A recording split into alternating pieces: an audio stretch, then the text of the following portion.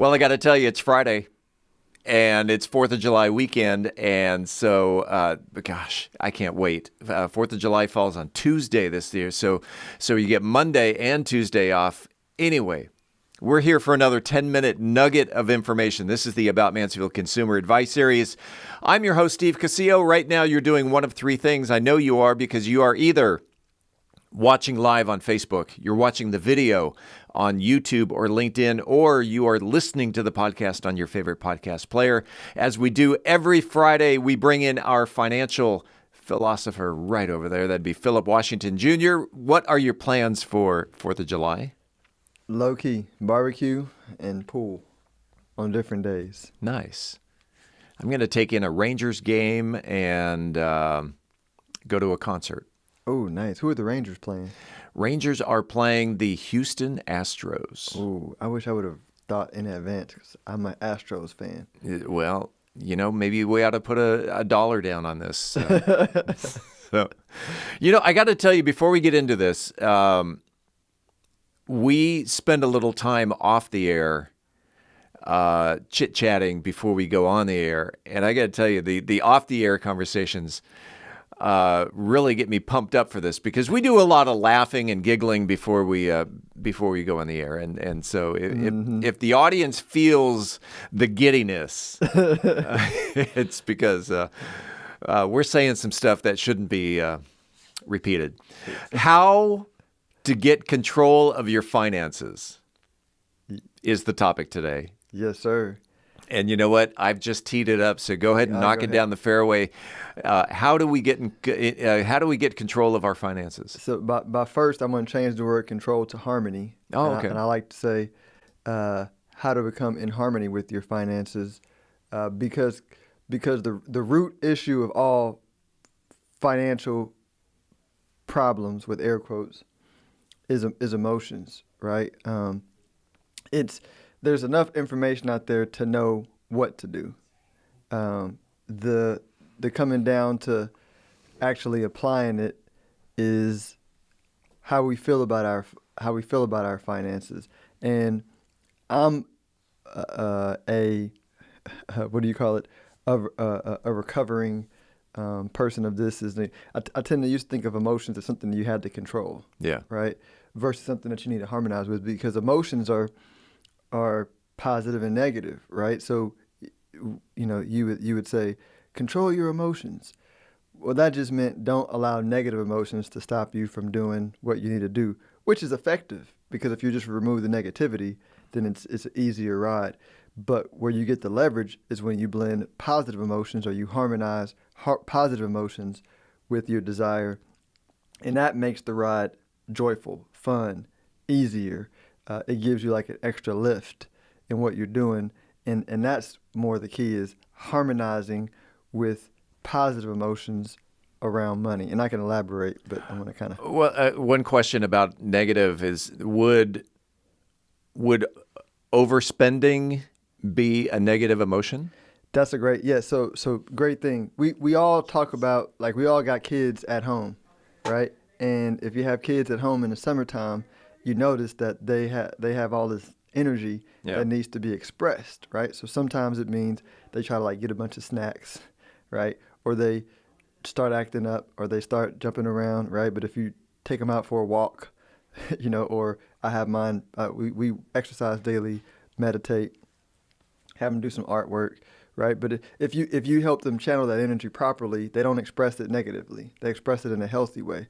So same thing with overspending. Overspending is 100% some unprocessed emotional desire that is expressing itself in one way. So it could be a lot of times I feel like I lack something, right? I'm going to go buy, because buying something is not good or bad. It's what energy are you expressing it out of. So overspending. Or it's my neighbors have something that I don't have. 100%. Right? Now I got to keep up with the Joneses. Now I got to keep up with the Joneses, right? Yeah. But it's some negative energy, negative emotion. When I say energy, I mean emotion. Some negative emotion, that's expressing itself because your desire didn't get expressed. Some people go, well, Phillip, yeah, but like I really want what my neighbor has, And I'm like, cool, but you really want to feel the way you think you perceive your neighbor to feel. Like, start there. Go, you're looking at your neighbor and you don't know how they feel, but you're saying they just bought a boat, a big boat. And I want a big boat too, because that feels like it will make me happy. But see, what you don't know, they have a big boat, but do they also have a big payment to go along with that boat? And this is one of the things that I have been blessed as a wealth manager. And I know people, I've done like over 1,000 balance sheets. I don't judge anybody on how they spend their money, but if everybody knew how their friends, like you just said, they see all this, and I'm like, but they're not happy, and they're just as stressed about money as you are, right? And I was like, so you don't want what they want. like it's they just have bigger stresses. They just got bigger stresses. Yeah. That's exactly what it is. So going back to feelings, then the overspending feeling becomes a habit, and that all right. Because think of it like a drug. Anytime you need a hit, you're like, hey, buying this pair of shoes made me feel good for about 30 minutes. Yeah.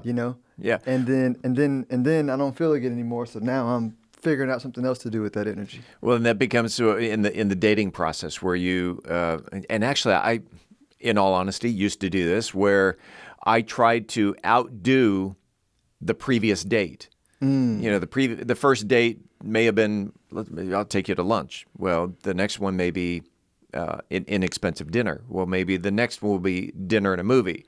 And maybe the next one will be da-da-da-da-da. And all of a sudden it's like, wait a second, I can't afford this anymore. And because that was that a negative feeling that I was spending too much? Yeah. Well, and I think a lot of times too, you hit on a good point, because a lot of the finances become, and I'm not using you as an example, but I might use like me, right? I would make bad emotional decisions on finances, trying to fulfill a feeling of somebody in my life that wanted something, and I wanted to be, like I wanted to stretch myself to provide it. You know what I mean? Like meaning I was like I'm gonna use date, and I'm not gonna use myself because I didn't date long. But using a dating analogy, it would be the person who's trying to impress the other person with the date. They might have pure intentions of saying like, I don't need it. I just want the other person to like feel really good about it, which is like noble, right? I mean, that's the trick can be, it can even throw you off because you're trying to be noble, right? But at the end of the day, it's like, no, I can, I'm going to do what's in my realm to do, and I'm going to infuse whatever I can do, big or small, with the feelings that I want. And then if it's received or not, that's not up to me. You know what I mean? Right. Like if I do my best, given what I feel is my best in the current moment, and it's not received, that is not my problem, right? Because we all get into situations where we try to become, we try to replace things, experiences, or we try to replace ourselves with somebody else's happiness, and there can be a whole book written on like how that blows up finances, because like people talk about athletes and things like that, they get all this money young, like that most of the money they spend on they spend money on themselves, but a lot of them go broke because of obligations placed on them from other people, and them trying to fill the emotional void for the other people. Now, you and I, we've known each other now, I think, about 3 years. It feels like longer, right? And so this is not the first time I've heard this quote. And I think this quote, first time I heard it was probably a couple of years ago, but it's still, you mentioned it earlier today. I've mentioned this quote to people many times. It's the Jay-Z quote. Go ahead and say it. Oh, yes. The only buy something if you can buy two of them. Yeah. And not meaning you're going to go out and buy two of them, meaning that I can afford to buy one because I can afford to buy two. Exactly. And that algorithm is just like it just feels freeing. Yeah. Like, every time I say it, I go, yeah, I'm just not gonna, like, if I ever want to buy something and I'm not in a good mental state, right, and I don't have time to meditate, I just go, can I buy 2 of these? No. Move. Gone. Gone.